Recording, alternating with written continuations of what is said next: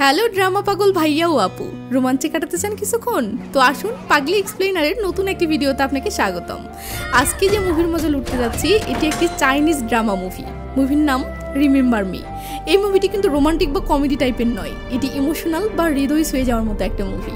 আর হ্যাঁ, এই মুভিটি 4টি অ্যাওয়ার্ড পুরস্কার জিতেছে। সো বুঝতেই পারতেছেন মুভিটি কতটা স্পেশাল। তাই শুরুর একটু আগে দৌড় দিয়ে না যেন একটু ধৈর্য ধরে মাঝ পর্যন্ত হলেও দেখবেন, তাহলেই মজা পেতে শুরু করবেন। তো চলুন মুভির কিছু সিন দেখে নিয়ে মুভিটি শুরু করা যাক।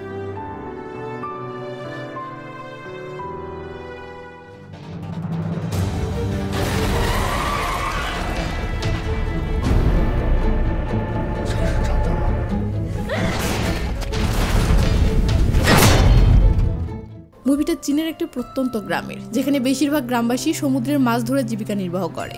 সুজি নামের এই মহিলাও তেমনই একজন গণ্যমান্য জেলে। সে তার নাতনি জিয়াকে নিয়ে বসবাস করে। আসলে জিয়ার বাবা মারা যাওয়ার পর তার মা তাকে রেখে চলে যায় এবং অন্য আরেকজনকে বিয়ে করে। তখন থেকেই সুজি জিয়াকে ছায়ার মতো আগলে রেখেছে। এক কথায় সুজি জিয়াকে অনেক ভালোবাসে। তো এই লোকটা হচ্ছে সুজির ভাগ্নে, নাম বিন। বিনের ছেলেমেয়েও জিয়ার সমবয়সী। তাদের মধ্যে সম্পর্কটা ঠিক ভাই বোনের মতোই। ছোট্ট জিয়াকে যখনই চকলেট খেতে দেখা যায় সে তার ভাই বোনের সাথে ভাগ করে খায়। এই ছোট ছোট দৃশ্যই বলে দেয় মেয়েটি কতটা নির্মল আর ভালোবাসায় পরিপূর্ণ। এরপর আমাদের জিনসাই নামের এই লোকটাকে দেখানো হয়, যে এই ছোট্ট মুদির দোকান চালায়। এই জিনসাই সুজির দুঃসম্পর্কের ভাই হয়।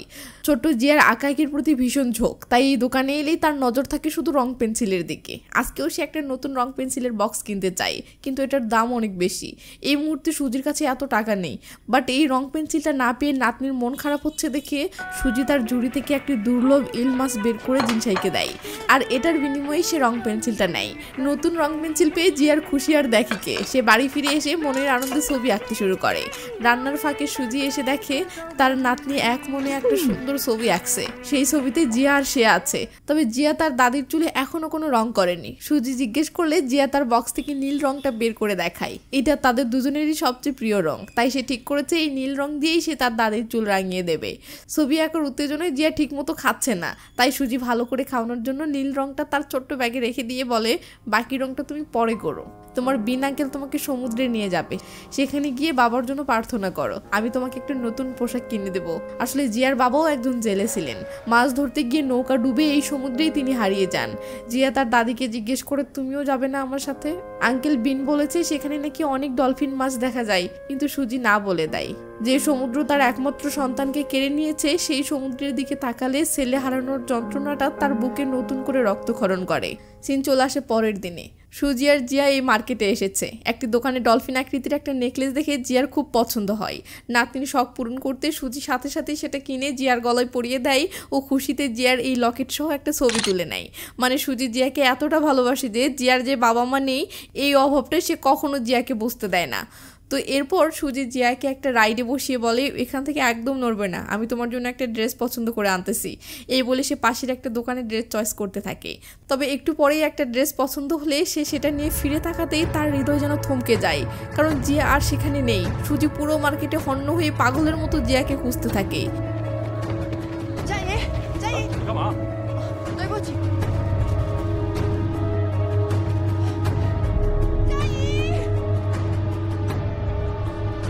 তো এভাবেই জিয়া হারিয়ে যায়।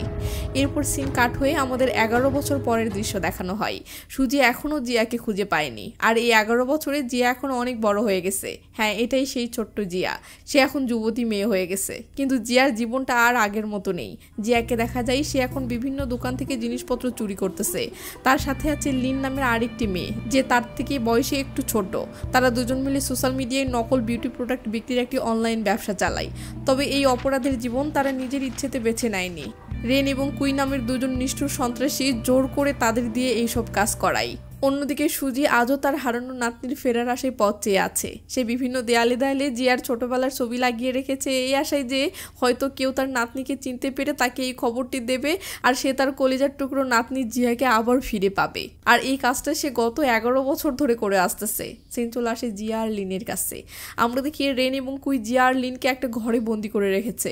কুই তাদের নির্দেশ দিয়েছে যেভাবেই হোক প্রোডাক্ট বিক্রি করে অনেক টাকা আয় করতে হবে, কিন্তু তাদের ভিডিওতে ভিউ না হয় বিক্রিও ছিল না। এই নিয়ে রেন আর কুই তাদের প্রচন্ড বকাঝকা করে ও তাদেরকে ছোট পোশাক বের করে দিয়ে বলে, এবার থেকে এটা পরে অনলাইনে আসতে, তাহলে নাকি ভিউ বাড়বে। জিয়া এমন পোশাক পরতে রাজি না হলে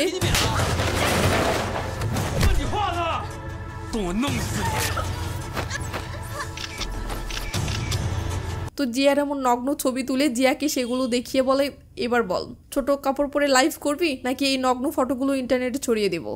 জিয়া অসহায়ের শিকার হয়ে কোনো কিছু আর বলতে পারে না। তো কাপড়গুলো দিয়ে রেন আর কুই চলে গেলে বেচারি জিয়া অসহায়ের মতো পড়ে থাকে।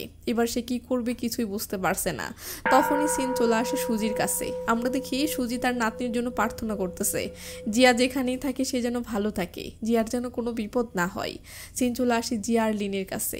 আমরা দেখি জিয়া এসব অমানবিক অত্যাচার আর সহ্য করতে না পেরে সিদ্ধান্ত নেয় যেভাবেই হোক এখান থেকে সে পালাবে। সেদিন রাতে লিন তার অ্যাকাউন্ট থেকে সব টাকা তুলে আনে। আসলে রেন আর কুই তাদের সব অবৈধ টাকা ধরা পড়ার ভয়ে লিনের অ্যাকাউন্টে রাখতো। দুজন এই টাকাগুলো নিয়ে পালানোর প্রস্তুতি নিতেই দেখতে পাই জানালার নিচে একটা গাড়ি দাঁড় করানো। জিয়া সেখান থেকে ভালো মতো নামতে পারলেও লিন তার পায়ে প্রচন্ড আঘাত পায়। শব্দ শুনে কুই আর রেন ঘরে ঢুকে দেখে তারা দুজন সব টাকা নিয়ে পালাচ্ছে। সাথে সাথে তারা দুজন তাদেরকে ধাওয়া করতে শুরু করে। পায়ে চোট থাকায় লিন ঠিকমতো দৌড়াতে পারতেছে না। জিয়া তখন তাকে একটা জায়গায় লুকিয়ে ফেলে এবং টাকার ব্যাগটা তার কাছেই রেখে দেয়। তারপর সে নিজে অন্যদিকে দৌড়াতে থাকে যাতে সন্ত্রাসীরা লিনকে ছেড়ে তার পিছু নেয়।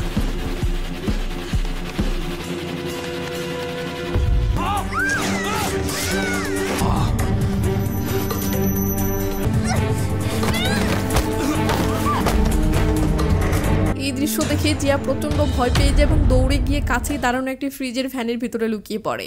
ভ্যানের ড্রাইভার কানে ইয়ারফোন দিয়ে গান শোনায় জিয়ার চিৎকার শুনতে পায় না। গাড়ির দরজা বন্ধ হয়ে যায় আর ভ্যানটি চলতে শুরু করে। কনকনে ঠান্ডায় তার শরীর জমে আসতে শুরু করে। এক অজানা বিপদের দিকে এগিয়ে যেতে থাকে জিয়া। পরদিন সকালে ভ্যানের দরজা খুলতেই ড্রাইভার জিয়াকে ঠান্ডায় জমে যাওয়া অচেতন অবস্থায় দেখতে পায়। সে তাকে দ্রুত স্থানীয় থানায় নিয়ে আসে।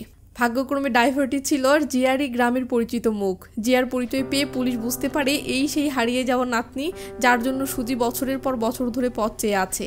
খবর পেয়ে সুজি পাগলের মতো ছুটে আসে থানায়। আর জিয়ার গলার সেই ডলফিনের নেকলেসটা দেখেই তার সব দ্বিধা দূর হয়ে যায়। এই তো তার জিয়া, 11 বছরের জমানো কষ্ট আর অপেক্ষা কান্নায় বেরিয়ে আসে। হারিয়ে যাওয়া নাতনিকে বুকে জড়িয়ে ধরে সে অঝরে কাঁদতে থাকে।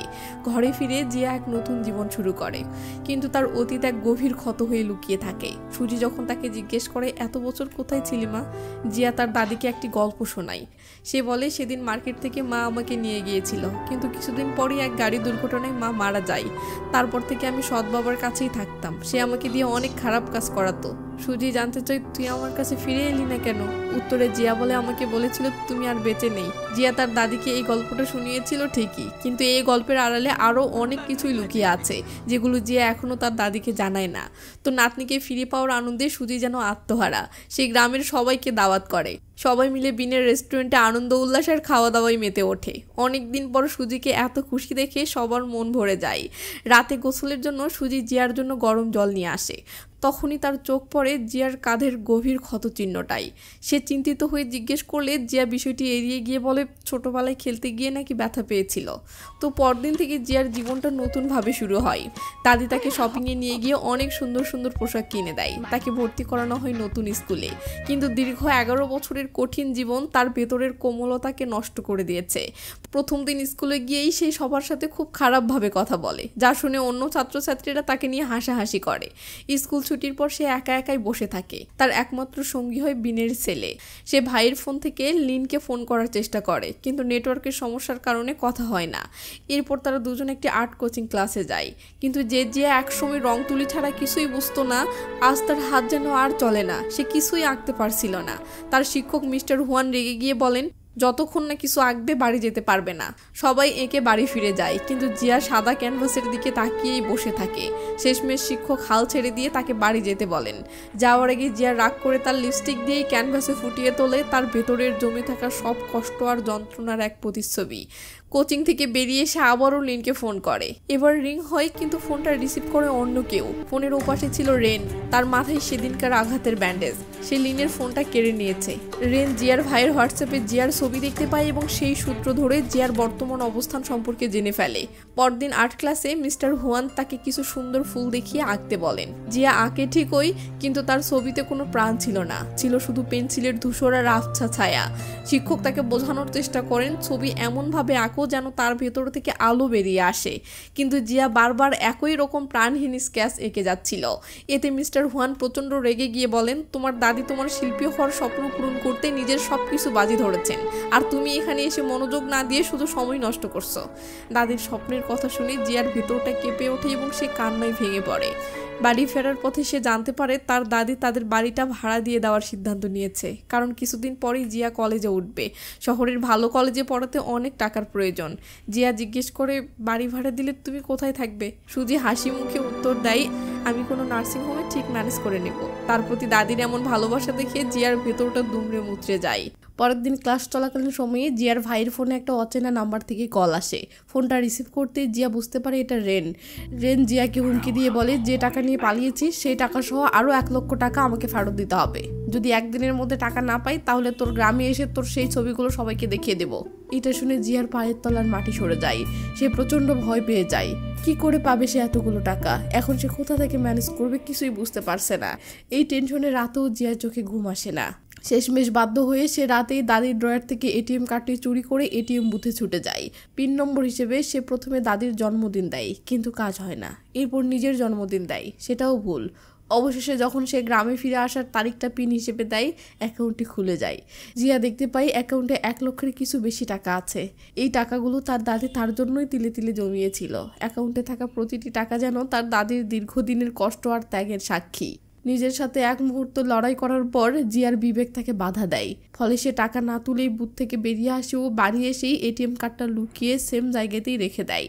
এরপর জিয়া রেনকে মেসেজ করে জানিয়ে দেয়, আমি তোমাকে 1 টাকাও দিতে পারবো না। মেসেজটা দেখতেই রেন আর কুই রাগ করে জিয়ার গ্রামের দিকে রওনা দেয়। এক নতুন ঝড় ধেয়ে আসতে থাকে জিয়ার সাজানো জীবনে। পরদিন সকালটা জিয়ার জন্য এক দুঃস্বপ্ন হয়ে আসে। স্কুলে পৌঁছাতেই সে দেখতে পায় নোটিশ বোর্ডের সামনে অনেক ছেলে মেয়ের ভিড়। কি হয়েছে বোঝার জন্য কাছে আসতেই জিয়া একদম থ মেরে যায়। রেন কুই রাগ করে জিয়ার সেই অপমানজনক ছবিগুলো জিয়ার স্কুলে বোর্ডে এভাবে লাগিয়ে দিয়েছে। এসব দেখে জিয়ার পৃথিবী যেন থেমে যায়। জিয়ার ভাই নিও মরিয়া হয়ে পোস্টারগুলো ছিঁড়ে ফেলার চেষ্টা করছিল, কিন্তু যা ক্ষতি হওয়ার তা তো হয়ে গেছে। জিয়া একটি কথাও না বলে অপমানে স্কুল থেকে বেরিয়ে আসে। তার চারপাশটা যেন এক নিস্তব্ধ শীতল অন্ধকারে ঢেকে যাচ্ছিল। কিছুক্ষণ পর তার দাদিকে স্কুলে ডেকে পাঠানো হয়। ততক্ষণে সবাই জেনে গেছে জিয়া গত 11 বছর ধরে অপরাধ জগতের সাথে জড়িত ছিল।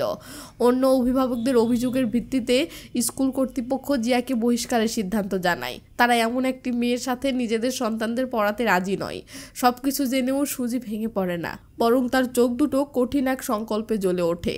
সে একটি পরিকল্পনা করে এবং সেই অনুযায়ী রেন আর কুইয়ের সাথে একটি রেস্টুরেন্টে দেখা করে। সুজি প্রথমে তাদের পেট ভরে দামি খাবার খাওয়ায়।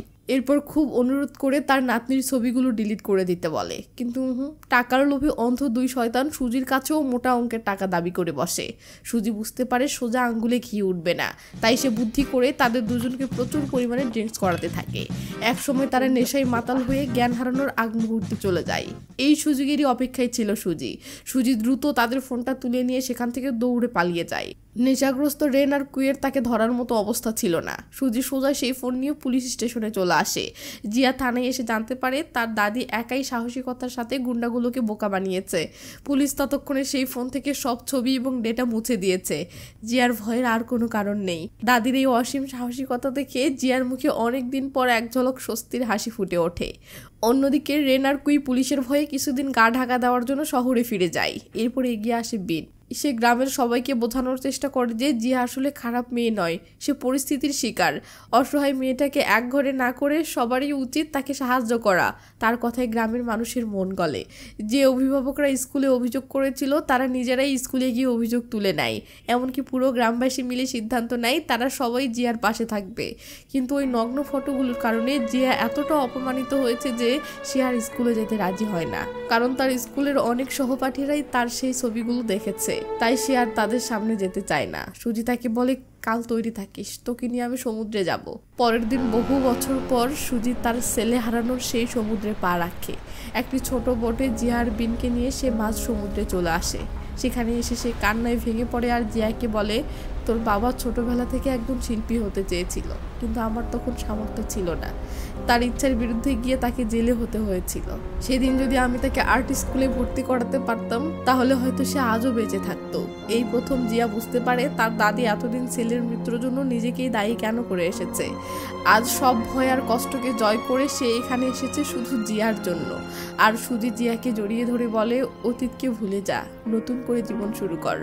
ঠিক তখনই যেন প্রকৃতির আশীর্বাদের মতো একদল ডলফিন তাদের বোটের চারপাশে সাঁতার কাটতে শুরু করে। এই মন ভোলানো দৃশ্য তাদের সব কষ্টকে কিছুক্ষণের জন্য ভুলিয়ে দেয়। এরপর থেকে জিয়ার জীবনটা সত্যিই পাল্টে যায়। সে দাদির সাথে জীবনের ছোট ছোট মুহূর্তগুলো উপভোগ করতে শুরু করে।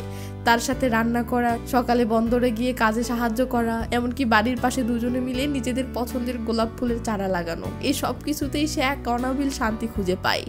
এর মধ্যে সে ফোন কলে লিনেরও খোঁজ নেয়। জানতে পারে লিন সেদিন পালিয়ে গিয়ে একটি হাসপাতালে ভর্তি হয়েছিল এবং এখন সেখানেই নিরাপদে আছে। জিয়ার জীবনটা যেন আবার সুন্দর হতে শুরু করে। সে পড়াশোনায় মনোযোগ দেয় আর তার আঁকাও ধীরে ধীরে নিখুঁত আর প্রাণবন্ত হয়ে উঠতে থাকে। জয়ীরও এই লাইফটা অনেক ভালো লাগে। একদিন সে তার দাদির একটা অসাধারণ স্কেচ এঁকে মিস্টার হুয়ানকে দেখায়। ছবিটা এতটাই জীবন্ত ছিল যে মিস্টার হুয়ান এক বিশাল সিদ্ধান্ত নিয়ে ফেলেন। তিনি শহরের এক বন্ধুকে ফোন করে বলেন, আমি একটি মেয়েকে নিয়ে আসছি, তাকে দেশের সেরা আর্ট একাডেমিতে ভর্তি করাতে হবে। মিস্টার হুয়ানের বিশ্বাস জিয়া একদিন অনেক বড় শিল্পী হবে। এই কথা শুনে জিয়ার খুশি আর ধরে না, সে যেন আকাশে উঠতে থাকে। কিন্তু এই খুশি জয়ীর বেশি দিন স্থায়ী হয় না। বাসায় ফেরার পথে রেন তাকে আবারও ফোন করে গালিগালাজ করে বলে, তোর সৎ বাবা লিসেনের কথা ভুলে গেছিস নাকি? তার ধার শোধ না করায় সে তোকে পাগলের মতো খুঁজছে। একটি মাত্র ফোনেই জিয়ার পৃথিবীটা আবার ফ্যাকাশে হয়ে যায়। এখানে জিয়ার অতীতের একটি ফ্ল্যাশব্যাক আমাদেরকে দেখানো হয়। তার মা দুর্ঘটনায় মারা যাওয়ার পর সৎ বাবা লিসেনের সাথেই সে থাকতো। লিসেন ছিল একজন জুয়ারি। জুয়ায় হেরে এসে সে জিয়ার উপর পাশবিক অত্যাচার চালাতো এবং তাকে চুরি করতে বাধ্য করত। জিয়ার কাঁধের সেই ক্ষতচিহ্নটা লিসেনেরই কারণে। এক রাতে চুরি করতে ব্যর্থ হওয়ায় লিসেন তাকে ধাক্কা দিয়ে ফেলে দেয় আর একটি ধারালো কাঠে লেগে তার কাঁধটা গভীরভাবে কেটে যায়। রেনদের কাছেও লিসেনের অনেক দানা ছিল। সেই দানা শোধ করতেই সে জিয়াকে তাদের হাতে তুলে দিয়েছিল। সিন বর্তমানে আসে। আমরা দেখি সেদিন রাতেই লিসেন জিয়ার দেখা পেয়েছে। লিসেন জিয়াকে বলে, অনেকদিন পর তোর দেখা পেলাম, তুই আমার একটা কাজ কর, তোর দাদির জমানো সব টাকা চুরি করে আমাকে এনে দে। এই কথা শোনার সাথে সাথে জিয়ার চোখের সামনে তার ছোটবেলার সব অত্যাচার আর যন্ত্রণা ভেসে ওঠে। বহু বছর ধরে জমানো ক্ষোভ আগুনের মতো জ্বলে ওঠে তার ভেতরে। সে পাশে থাকে একটি ভারী বস্তু দিয়ে লিসেনের মাথায় সজোরে আঘাত করে। বছরের পর বছর সে সহ্য করে এসেছে, কিন্তু আর নয়। রক্তাক্ত লিসেনকে ফেলে রেখে জিয়া যখন বিধ্বস্ত অবস্থায় বাড়ি ফেরে তখন সে দেখতে পায় তার দাদি কন্ট্রাক্ট পেপারে সই করছে। আগামী মাস থেকে তাদের বাড়িটা ভাড়া হয়ে যাবে, শুধুমাত্র তার উজ্জ্বল ভবিষ্যতের টাকা জোগাড় করার জন্য। এর পরদিন সকালে সুজি কাজে বেরিয়ে গেলে জিয়া ছোট ছোট কাগজ বিভিন্ন জিনিসে লাগিয়ে দেয়।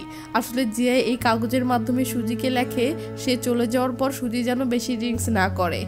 এরপর সে নীল রং দিয়ে ছোটবেলায় সে অসমাপ্ত ছবিটা পূর্ণ করে সেটা দেয়ালে লাগিয়ে দেয়। এরপরে নতুন আঁকা ছবিটাও লাগিয়ে দেয়। এসব করে রাতে বালিশ নিয়ে দাদির ঘরে আসে ও দাদির পাশে শুয়ে মন ভরে দাদিকে দেখতে থাকে। আসলে আগামীকালকেই সে আর্ট একাডেমিতে ভর্তি হতে শহরে চলে যাবে। মানে জিয়াকে কাল থেকে সুজিকে ছেড়ে শহরে গিয়ে থাকতে হবে। আর চলে যাওয়ার আগে জিয়ার আচরণ দেখে মনে হচ্ছে সুজিকে সে ভীষণ ভালোবেসে ফেলেছে এবং সে সুজিকে ভীষণ মিস করবে। সিন চলে আসে পরের দিনে। জিয়া যাওয়ার জন্য রেডি হয়েছে এবং সবার কাছ থেকে বিদায় নিচ্ছে। তখন আমরা দেখি সুজি তার এটিএম কার্ডটা পকেটে করে নিয়ে এসেছে এবং সেটা বের করে জিয়ার হাতে দিচ্ছে। এরপর জিয়ার কানে এসে কার্ডের পাসওয়ার্ডটা বলে। এরপর বলে, এই কার্ডে আমার সারা জীবনের জমানো কিছু টাকা আছে, শহরে গিয়ে নিজের প্রয়োজনে খরচ করিস। সুজির এমন নিঃস্বার্থ ভালোবাসা দেখে জিয়া অবাক হয়। এরপর জিয়া তার কুকুরটার সাথে কথা বলতে গেলে সুজি পরম এক ভালোবাসায় জিয়ার মাথার চুলগুলো বোলাতে থাকে। এরপর যাওয়ার আগে জিয়া সবার সঙ্গে একটা সেলফি তোলে। একটু পরেই জিয়ার যাওয়ার সময় হলে সবাই জিয়াকে বিদায় জানিয়ে ও জিয়া জাহাজে উঠে পড়ে। এই সময় সুজি যেন কিছুতেই জিয়াকে বিদায় জানাতে পারছে না। সুজির বুকের ভিতরটা যেন ফেটে যাচ্ছে। জাহাজ ধীরে ধীরে তীর থেকে দূরে সরে যাচ্ছে আর সুজির চোখ দিয়ে অঝরে পানি পড়তেছে। এদিকে জিয়ারও সেম অবস্থা। শহরে পৌঁছে মিস্টার হুয়ান তাকে আর্ট একাডেমিতে ভর্তি করিয়ে দিয়ে বলেন, দুপুরে তোমার জন্য খাবার নিয়ে আসবো, তুমি ততক্ষণ আঁকা প্র্যাকটিস করো। কিন্তু দুপুর ফিরে মিস্টার হুয়ান দেখেন জিয়ার চেয়ারটি খালি। সেখানে পড়ে আছে একটি চিঠি, সে এটিএম কার্ড আর একটি ছবি। চিঠিতে লেখা আছে, আমি চলে যাচ্ছি, আমার দাদিকে বলবেন তার সাথে কাটানো দিনগুলো আমার জীবনের সেরা মুহূর্ত ছিল। অল্প সময়ের জন্য হলেও তাকে দাদি হিসেবে পেয়ে আমি ধন্য হয়েছি। পরের জন্মে যেন সত্যিই তার নাতনি হয়ে জন্মাতে পারি। ঠিক একই সময়ে গ্রামে বিন কিছু কাগজপত্র নিয়ে ছুটে আসে সুজির কাছে। সেগুলো ছিল ডিএনএ রিপোর্ট, যা জিয়া যাওয়ার আগে রেখে গিয়েছিল। সেই রিপোর্ট অনুযায়ী তারা যা দেখে সবাই রীতিমতো অবাক হয়ে যায়, কারণ তারা এতদিন যাকে জিয়া ভেবে এসেছে সে আসলে জিয়া ছিল না। তারা এবার জানতে পারে মেয়েটি সুজির নাতনি জিয়া নয়, সে লিসেনের নিজের মেয়ে সিয়ান। কিন্তু দাদি এটা কিছুতেই মানতে পারছে না। গল্পের মোড় ঘুরে যায়, দেখা যায় সিয়ান নিজেই পুলিশ নিয়ে তার বাবা লিসেনকে ধরিয়ে দিয়েছে এবং থানায় নিজের জবানবন্দি দিচ্ছে। ঠিক তখনই সেখানে বিধ্বস্ত অবস্থায় সুজি এসে পৌঁছায়। সে চিৎকার করে জিজ্ঞেস করে, আমার নাতনি জিয়ার কেন তুমি এতদিন মিথ্যে পরিচয় দিয়েছ? আর এই ডলফিনের নেকলেস এটা তুমি কোথায় পেলে? এরপর সিয়ান কাঁপা কাঁপা গলায় সব সত্যিটা খুলে বলে। ফ্ল্যাশব্যাকে দেখা যায় 11 বছর আগের সেই গাড়ি দুর্ঘটনা। গাড়িতে ছিল জিয়ার মা বাবা, জিয়া এবং তার সৎ বোন সিয়ান। দুর্ঘটনায় জিয়ার মা এবং জিয়া দুজনেই মারা যায়। কোনোভাবে বেঁচে যায় শুধু লিসেন আর সিয়ান। তখনই লিসেনের মাথায় এক শয়তানি বুদ্ধি আসে। সে সিয়ানের নামে একটি বড় অঙ্কের লাইফ ইন্স্যুরেন্স করিয়েছিল। সেই টাকা আত্মসাৎ করার জন্য সে জিয়ার গলার ডলফিনের নেকলেসটা সিয়ানের গলায় পরিয়ে দেয় আর ইন্স্যুরেন্স কোম্পানিকে জানায় যে তার নিজের মেয়ে সিয়ান দুর্ঘটনায় মারা গেছে। সেই দিন থেকে সিয়ানের জীবন থেকে সিয়ান নামটি মুছে যায়। বাবার ভয়ে আর অত্যাচারে সে জিয়া হয়ে বাঁচতে বাধ্য হয়। এই কঠিন সত্যিটা জানার পর সুজির পৃথিবীটা আবারও ভেঙে চুরমার হয়ে যায়। সে এতদিন যাকে আগলে রেখেছিল সে তার জিয়া নয়, আর আসল নাতনি বহু বছর আগেই এই পৃথিবী ছেড়ে চলে গেছে। সুজি জিহানের গলা থেকে ডলফিনের নেকলেসটা খুলে নিয়ে পাথর হয়ে সেখান থেকে বেরিয়ে যায়। অন্যদিকে সিয়ান পুলিশের কাছে রেন্ট, কুই এবং নিজের অপরাধের সব কথা স্বীকার করে নেয়। যেহেতু সে নিজেও অপরাধী, তাই আদালতের রায়ের অপেক্ষায় তাকে জেলে পাঠানো হয়। সে জেলের ভেতরে তার বোন জিয়ার কথা ভেবে অঝরে কাঁদে। দুই বোনের মধ্যে খুব মিল ছিল। জিয়া তার দাদির সাথে কাটানো মুহূর্তগুলো সবই সিয়ানকে বলতো।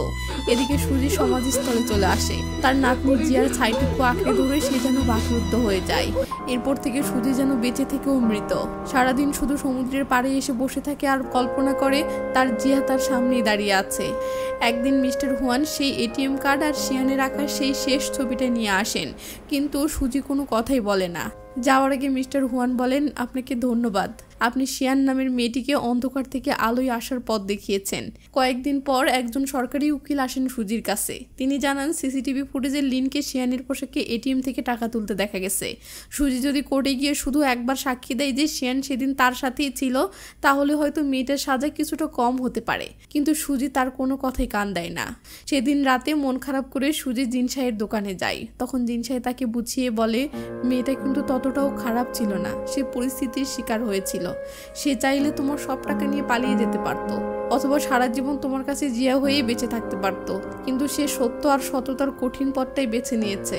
জিনসাইয়ের এই কথাগুলো শুনে সুজি তার ভুলটা বুঝতে পারে। তাই সুজি আর দেরি না করে দ্রুত বাসায় ফিরে আসে এবং সিয়ানের রেখে যাওয়া সেই ছবিটা খুলে দেখে। ছবিটা দেখে তার চোখ ভিজে যায়। ছবিতে দেখা যাচ্ছে গভীর নীল সমুদ্রের নিচে জিয়া আর সিয়ান দুজনেই সুজির হাত ধরে আছে, আর তারা একসাথে একটি নীল ডলফিনের দিকে সাঁতার কাটতেছে। এই ছবিটার মাধ্যমে সিয়ান বোঝাতে চেয়েছে সুজির মতো একজন মানুষকে সে তার জীবনে কতটা চেয়েছিল আর আশা করেছিল পরের জন্য হয়তো তারা সত্যি এক হতে পারবে। ছবিটি দেখে সুজির মনের সব অভিমান আর কষ্ট গলে জল হয়ে যায়। পরের দিন আদালতের রায় ঘোষণার দিন। সিয়ান তার সব অপরাধ স্বীকার করে নিয়েছে। যখন বিচারক তার শেষ কথা জানতে চাই, তখন সিয়ান বলে, আমার কোনো সাক্ষী নেই, আমাকে যা শাস্তি দেওয়া হবে আমি মাথা পেতে নেব। ঠিক তখনই আদালতের দরজা খুলে যায়। সাক্ষী হিসেবে সেখানে এসে দাঁড়ায় সুজি। সে বিচারককে বলতে শুরু করে, সিয়ান এতদিন আমার সাথেই ছিল, সে আমার কোনো টাকা চুরি করেনি, বরং সারাদিন আমার সব কাজে সাহায্য করেছে, আমার যত্ন নিয়েছে। এটা সত্যি যে সে আমাদের সবাইকে মিথ্যা বলেছিল, কিন্তু সেটা সে পরিস্থিতির শিকার হয়ে করেছিল। আমি বিশেষ করে নিজের ইচ্ছেতে সে কখনো কোনো অপরাধ করতে পারে না। সুজির কথাগুলো শুনে সিয়ান কান্নায় ভেঙে পড়ে। সে মনেই করেনি যে সুজি এখানে এসে তার পক্ষে সাক্ষী দিবে। সে ভেবেছিল এই জীবনে সে হয়তো আর ক্ষমা পাবে না, কিন্তু সুজির মাতৃহৃদয় তাকে ঠিকই আপন করে নিয়েছে। আদালতের রায় ঘোষণা করা হয়। সিয়ান আর লিনকে তাদের অপরাধের জন্য 1 বছরের কারাদণ্ড দেওয়া হয়। অন্যদিকে লিসেন, কুই আর রেনের অপরাধ গুরুতর হওয়ায় তাদের 6 থেকে 7 বছরের সাজা হয়। সিন চলে আসে 1 বছর পর। জেল থেকে ছাড়া পেয়ে শিয়ান একটি ফুলের দোকানে কাজ করে। তার জীবনটা শান্ত কিন্তু একাকী। একদিন সে দোকানের সামনে বেনকে দাঁড়িয়ে থাকতে দেখে। বেনের কাছে সে জানতে পারে সে জেলে যাওয়ার পর সুজি একটি নার্সিংহোমে চলে গিয়েছিল। খালি বাড়িটা তার আর ভালো লাগতো না।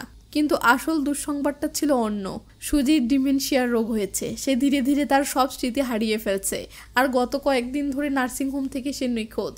বিন অসহায়ভাবে শিয়ানের কাছে সাহায্য চায়। তারা অনেক সুজিকে খুঁজেছে কিন্তু কোথাও তাকে পায়নি। তার বিশ্বাস শিয়ান হয়তো বুঝতে পারবে সুজি কোথায় যেতে পারে। সুজির হারানোর কথা শুনে শিয়ান অস্থির হয়ে পড়ে। সে পাগলের মতো তার দাদিকে খুঁজতে বেরিয়ে পড়ে। দোকানপাট, রেল স্টেশন, শহরের অলিগলি সব জায়গায় সে সুজির ছবি দেখিয়ে খোঁজ করতে থাকে। ঠিক সেভাবেই যেভাবে একদিন সুজি তার হারানো নাতনিকে খুঁজে বেরিয়েছিল। হঠাৎ করে শিয়ানের মনে পড়ে যায় একটি বিশেষ জায়গার কথা, সেই গোলাপ বাগান যা তারা দুজনে মিলে তৈরি করেছিল। সেখানে ছুটে গিয়েই সে দেখতে পায় এক কোণে ধুলোমাখা অবস্থায় বসে আছে সুজি। শিয়ানকে দেখেই সুজির ঝাপসা স্মৃতি ঝলসে ওঠে। সে তাকে জড়িয়ে ধরে কেঁদে বলে, তুই এসেছিস জিয়া, আমি তোকে কত খুঁজেছি। ডিমেনশিয়ার কারণে তার মস্তিষ্ক সব ভুলে গেলেও তার হৃদয় শুধু তার হারানো নাতনিকেই মনে রেখেছে। শিয়ান তার দাদিকে বাড়ি নিয়ে আসে। নিজের হাতে পরম যত্নে তাকে পরিষ্কার করে ও রান্না করে খাইয়ে দেয়। ভূমিকাটা এবার পুরোপুরি পাল্টে গেছে। সুজি এখন অবুঝ শিশুর মতো আর শিয়ান তার মা। ঠিক যেভাবে একদিন সুজি তার জিয়াকে আগলে রাখতো। একদিন শিয়ান যখন ছবি আঁকছিল, সুজি সেখানে এসে নীল রংটা হাতে তুলে নেয়। সে খেলার ছলে সেই রং নিজের মুখে মাখে, তারপর শিয়ানের গালেও লাগিয়ে দেয়। ফোকলা দাঁতে হেসে বলে, সমুদ্রের রং নীল, তাই এই রংটা আমার খুব পছন্দের। এই বলে সে শিয়ানকে শিশুর মতো জড়িয়ে ধরে। সময় গড়িয়ে যায়। সুজির অবস্থা আরও খারাপ হতে থাকে। তাকে হাসপাতালে ভর্তি করা হয়। শিয়ান এক মুহূর্তের জন্য তার পাশ ছাড়ে না। এক বিকেলে শিয়ান তার দাদিকে একটি ছবি দেখায়, যে ছবিতে সে আসল জিয়াকে এঁকেছিল। সুজি অনেক কষ্টে ছবিটা চিনতে পারে। এরপর শিয়ান নিজের একটি ছবি দেখায়। সুজির স্মৃতি তখন প্রায় শেষের পথে, কিন্তু সে অনেক কষ্ট করে শিয়ানকে চেনে। তার গালে হাত রেখে কাঁপা কাঁপা গলায় বলে, আমি তোকে ভুলিনি, তুই সব সময় আমার মনে থাকবি। এই কথাগুলো বলার কিছুক্ষণ পরেই তার হৃদস্পন্দন থেমে যায়। শিয়ান শেষবারের মতো তার দাদিকে পরম ভালোবাসায় জড়িয়ে ধরে অঝরে কাঁদতে থাকে। কিছুদিন পর শিয়ান বাড়িতে একটি টেপ রেকর্ডার খুঁজে পায়।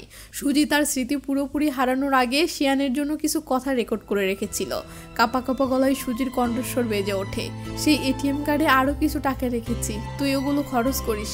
মিস্টার হুয়ানের সাথে শহরে গিয়ে আর্ট একাডেমিতে ভর্তি হতে যাস। আর এই বাড়িটা আমি তোর নামে লিখে দিয়েছি। জিয়াকে হারিয়ে আমি অনেক কষ্ট পেয়েছিলাম।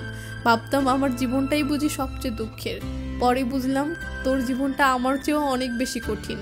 কিন্তু তুই থেমে থাকিস না। অতীত ভুলে সবসময় সামনে এগিয়ে যাবি। নিয়তি আমার কাছ থেকে জিয়াকে কেড়ে নিলেও আমার নাতনি হিসেবে তোকে পাঠিয়েছে, আর এতে আমি অনেক খুশি। এই বলে রেকর্ডের শেষে সুজি তার সেই প্রিয় গানটা গাইতে শুরু করে। টেপ রেকর্ডারটা বুকে জড়িয়ে ধরে শিয়ান নিজেকে আর ধরে রাখতে পারে না।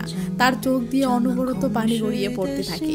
মুভির একদম শেষ দৃশ্যে শিয়ানকে তার বাড়ির দেয়ালে একটি বিশাল ছবি আঁকতে দেখা যায়। সেই ছবিতে ফুটে উঠেছে একটি সুন্দর গোলাপ ফুলের বাগান। সেই বাগানে বহুদিন পর জিয়া আর সুজি আবার মিলিত হয়েছে এবং পরম শান্তিতে একে অপরকে জড়িয়ে ধরে আছে। ক্যামেরা ধীরে ধীরে শিয়ানের মুখের উপর আসে। তার চোখে জল, কিন্তু ঠোঁটের কোণে এক অনাবিল শান্তির হাসি। আর এখানেই মুভিটি শেষ হয়ে যায়। এই যে মশাই, আপনারা সাবস্ক্রাইব না করেই এতদিন থেকে ভিডিও দেখে যাচ্ছেন, আর কত? হ্যাঁ, আজকে অন্তত সাবস্ক্রাইব করে নেন। তো ভালো থাকবেন, নিজের খেয়াল রাখবেন। Take care, bye by.